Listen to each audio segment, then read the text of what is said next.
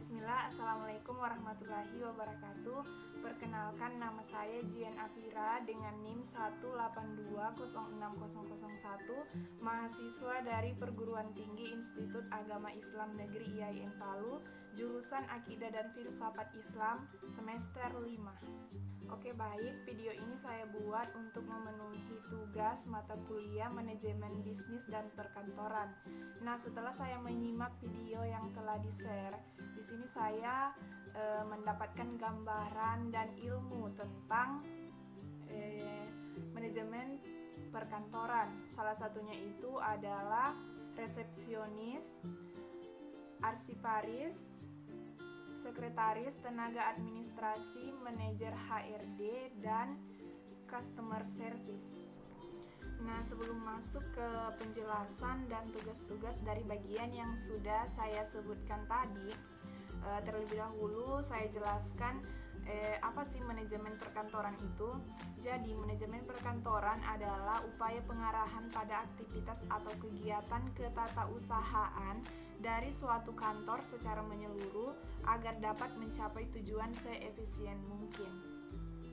Oke, selanjutnya masuk pada pembahasan tentang resepsionis, arsiparis, sekretaris, tenaga HRD, manajer HRD, dan customer service. Oke, yang pertama itu ada resepsionis. Nah, resepsionis ini merupakan orang yang bertugas sebagai penerima tamu di suatu perusahaan. Mereka ini biasanya ditempatkan di bagian depan kantor. Nah, ini bertujuan untuk agar tamu yang datang mudah mengetahui cara mencari informasi. Nah, tugas dari resepsionis ini antara lain yaitu menerima serta menghubungkan kembali telepon yang masuk kepada pihak atau orang yang ingin dituju. Nah, jika orang yang ingin dituju ini tidak menerima panggilan, nah resepsionis ini juga bertugas untuk mengirimkan pesan kepada orang yang ingin dituju ini. Kemudian tugas lainnya itu yaitu mencatat semua panggilan yang masuk dan keluar ke dalam logbook, membuat sebuah laporan kegiatan atau aktivitas secara periodik. Nah, yang kedua itu ada arsiparis. Nah, arsiparis ini adalah sebutan untuk orang yang memiliki kompetensi dalam bidang kearsipan. Tugas seorang arsiparis ini diantaranya adalah membuat laporan evaluasi dan penilaian arsip, kemudian membuat laporan pelayanan arsip, membuat jadwal retensi arsip, membuat daftar arsip ke Alimedia, dan memverifikasi arsip yang aktif. Selanjutnya yang ketiga yaitu sekretaris. Nah, sekretaris ini adalah asisten kepala atau pimpinan suatu perusahaan yang tugasnya untuk mengolah informasi yang masuk seperti menerima dikte, menyiapkan korespondensi dan menerima tamu, serta melakukan pekerjaan-pekerjaan lain yang berkaitan dengan administrasi maupun operasi perusahaan. Nah, selanjutnya yang keempat itu ada tenaga administrasi. Nah, admin sendiri itu apa sih? Jadi, admin adalah seseorang yang bekerja di sebuah perusahaan dan menempati sebagai posisi admin di kantor atau perusahaan.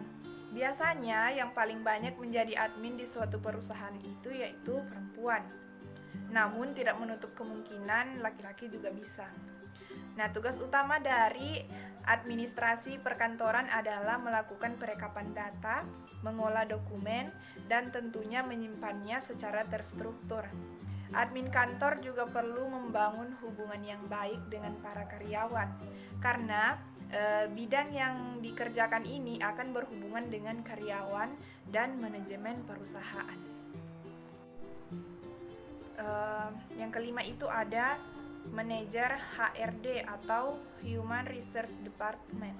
Nah, HRD ini dikenal sebagai divisi yang secara langsung mengurusi dan mengolah sumber daya manusia atau karyawan di perusahaan, mulai dari perekrutan hingga ke masa pensiun. Oleh karena berhubungan langsung dengan manusia, biasanya HRD ini diisi oleh beberapa dari mereka yang berasal dari latar belakang psikologi. Selanjutnya ada customer service. Nah, pengertian dari customer service ini secara sederhana adalah sebuah layanan yang dihadirkan oleh perusahaan yang memiliki tugas sebagai sarana konsultasi, pemecahan masalah, serta pusat informasi bagi klien atau pelanggan. Atau lebih singkatnya, customer service ini adalah pelayanan bagi pelanggan. Nah, mungkin sekian video dari saya. Kurang lebihnya saya mohon maaf. Assalamualaikum warahmatullahi wabarakatuh.